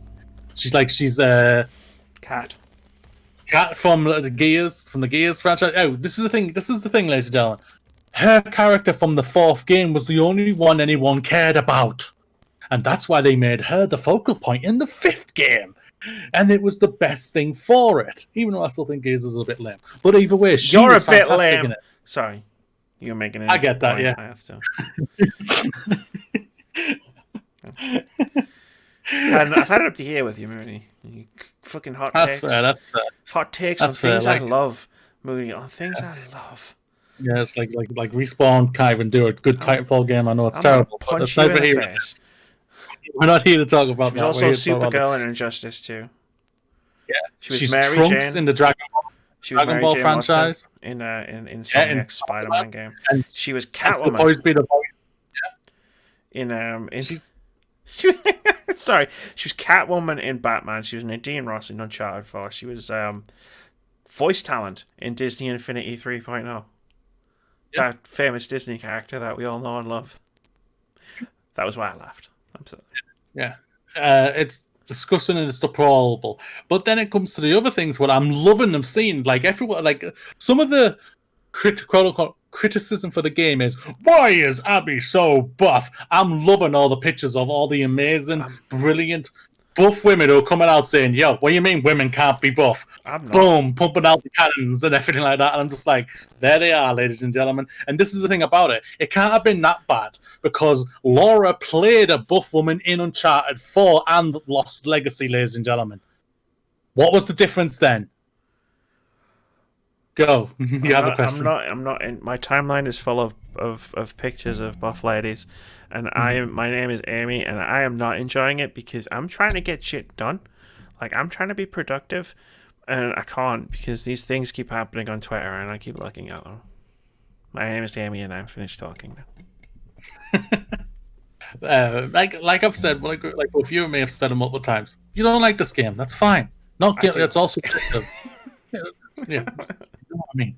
I'm going for the people like, if you don't like this game, there's no problem with that. But like I said a while ago, when the game came out and after I completed it, if your argument literally starts with gender, sexism, SJW crap, with not going for diversity or anything like that, or racism or anything like that, you lose the argument instantly. And if you do something like this, what you've just done to Laura Bailey, who has no say on the character whatsoever, basically, to how the character's, what direction she's going in for the story was already written before she even got hired as the character, ladies and gentlemen. And doing this is disgusting. It is shameful. She's an amazing lady. The game, like it or love it, is a success. And overall, I personally love it. It's my favorite game of the year, and probably will be the game of the year for me at the end of the year. Might be different for Amy. She plays a lot more games than me, especially indie games, but that's and everything. But that's neither here or there. She's an amazing lady. She doesn't deserve what's happened to her. And what's wrong with buff women, ladies and gentlemen? Let's just say this. Like, I don't understand the argument about how women can't get buff. I have a sister-in-law who is buff as hell. She was literally pregnant 4 months after giving birth. She had a six-pack again. And we all hated her because she did that. Oh, she looks amazing. Lovely to the bit. She's an absolutely fabulous lady. Laura Bailey was also Rain in Blood Rain. Does that as well? Didn't know that. I like those games. Yeah. Have you got anything to say? I don't know if you want to say anything. Yeah, or do you feel like you said everything? I mean, like, you know, it's unfortunate, but this happens a lot. Yeah. Especially to women and minorities in games for some reason. I don't know why they would be singled out specifically, but this happens unfortunately a lot. And you know, you see Laura posted up on Twitter, and actually, like, you know, shows the comments, and yeah, it just fuck you. Mm-hmm. Fuck you and you and you and everybody else who's sending death threats over a video game. Like, it's a fucking video game. Yeah. Like, even if I hadn't have liked The Last of Us Part 2, like, and even if I had have hated Abby, which I don't, like, I love Abby, I'm going to buy a t-shirt with Abby on it. I've showed it at Moody. I'm buying that t-shirt. It's a good t-shirt. It's just like, I don't care. And like, yeah. I mean, I'm trying not to do spoilers for the game here because I'm trying to remember where we were not in a spoiler zone. So, but yeah, it's like, even if the thing had happened, like, and I love the person who the thing happens to, but like, and I was mad as hell. We talked about it in the spoiler cast. I was mad as hell when it happened. I'm not gonna fucking send a death threat to anyone. About it. It's like, it happened. It's a story. Yeah. Sometimes bad things happen to people in stories. That's why it's called a fucking story. Like, if everybody just had nice things happen to them, and every now and again you go out and you go, yeah, poo, and shoot some people, like, it'd be a pretty shit game. Yeah. And Laura Bailey doesn't deserve any of it, and no one does. Yeah. Neil Druckmann doesn't. He's been getting death threats, and like, I've had my disagreements with Neil Druckmann in the past few weeks. Like, he doesn't deserve death threats because he's a bit of a pompous ass sometimes. Like, you know what I'm getting at, though, right? It's just like we can disagree on stuff and not send each other death threats. We can disagree on stuff and not send like death threats to people's kids, man. Mm-hmm. Like, what the This fuck? lady was pregnant during the game when making the. I saw the thing when she talked about it. Like being pregnant during the game, and it's just like there's people out there who shouldn't, like. Is there a way we can send a virus and like just like disable all of their consoles and stuff so they can't play video games anymore? Because I mean, they should be playing video games. I just hope things. I hope. I'm sure Laura's put it to the right authorities and everything like that, and hopefully these people will be found and arrested and everything. Hopefully, that's the dream and hope for these and everything, that, ladies and gentlemen. But Laura Bailey's an amazing lady. I can't wait to see whatever game she has done that she can't speak about yet. Well, her next game is going to be Avengers. Yeah. She's Black Widow. She's Black Widow. Yeah. I can't wait for the future of her as well. I can't wait for that. I think that's whatever she's got coming out next is gonna be exceptional, just from her performance alone. So Laura's also in Critical Role, right? Yeah. Which I just found. I didn't know about that. Anything about that? Keith didn't shut up about it. Yeah. I've never watched it. I have, but like there's a lot of it, so it's like it's an investment when I want to sit down and actually watch it. I need to be prepared to invest that time into it. But no, like Laura Bailey, Johnson in there either, and I love her as well. Yeah, I'm Matt Mercer. Like it's a bunch of voice actors. Travis Willingham, he was also going to be in the Avengers game. It's just voice actors playing D&D. It's awesome. Like, it's such a great idea. Yeah. But Laura Bailey's cool, and people who send death threats to people suck. And that's being nice, ladies and gentlemen. And I'm being very nice. People who send death threats can. Let's not get banned. Let's not get banned from YouTube. Yeah. Let's not get banned from YouTube today. They suck. Yeah. They suck. That's the best way to say it. That's the best way to say it on YouTube.com. Check out Twitter. Check my Twitter in 5 minutes if you want to see what the real words I want to say. I'll schedule some tweets. I won't. Don't do that because I'll forget. I don't really have anything I want to chat about. We're pretty much out of time anyway. Indies late, Sophia. I thought Amy. Don't know why you called what my partner. What the fuck? Oh god, I'm getting evil glares from both of you. We're done anyway, so we've run out of time. We're done. So do you want me to wrap it up? We were done before that. Now we're definitely done. We're gonna have some words. We're gonna have some words, ladies and gentlemen. We're gonna have some words. I take it as a compliment. So, ladies and gentlemen, play us out. Let's do this. So, ladies and gentlemen, as you know, this is the Words About Games podcast. Or Gamescast. What's the right word? Gamescast, that's it. And we've just edited in. It's episode 213. 200 and odd episodes we're into this, and I've only been on about 20 of them. But I've had a fantastic time being on it and everything like that. I'm only literally throwing a random number out there. I mean, you'll be able to tell me probably later and everything like that. But we've had some amazing We've had amazing discussions on the next-gen games costs, the Lockhart, Ubisoft hopefully getting their shit together, and other things of Harry Potter. Let us know what your thoughts of all of these things. Do you agree with us? Do you not agree with us? Hit us up on our Twitters. It's all in the links and the dialogues and everything. What Amy has on the tabs and everything. I don't know. In the description below the video on YouTube. Not in the tabs. Not in the tabs. The tabs, ladies and gentlemen, the tabs. And also, what are your thoughts on the OpenCritic? Do you think I'm right with the number? Do you think Amy's right? What are your thoughts? Do you think it's going to be lower? What's your number? Let us know. Let's get invested and work together and prove that I am right as always. I am the glorious one, hot tuner himself, Mr. Moody, and this is the fabulous, glorious Amy, Kate, Alexander, not Sophia. Don't worry, ladies and gentlemen. We love you all. Stay safe and have a great week. Yeah, no, sorry. Laura Bailey was also in Dragon Age Inquisition. Which And Knack. character was she? She was 2. I just lost that. She was 2. She was Bianca and she was Dagna.